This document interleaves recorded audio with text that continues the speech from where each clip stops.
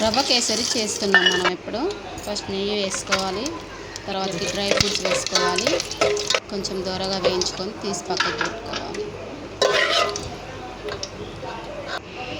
అదే బాండీలో 1 కప్పు రవ్వ వేయించుకొని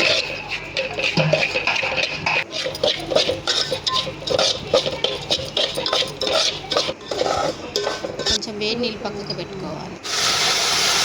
కప్పు రవ్వకి 3 కప్పుల వాటర్ పడుతుంది.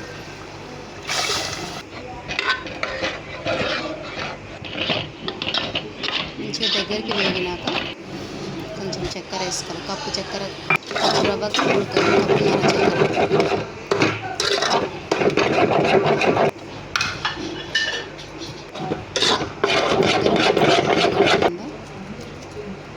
ఇలాచి వేసుకొని ఫుడ్ కలర్ వేసుకుంటే వేసుకోవచ్చు, లేకపోతే లేదు ఆప్షన్. డ్రై ఫ్రూట్స్ వేసుకొని పక్కకు కలుపుకొని పక్కకు పెట్టుకుంటే అయిపోయింది రవ్వ కేసరి.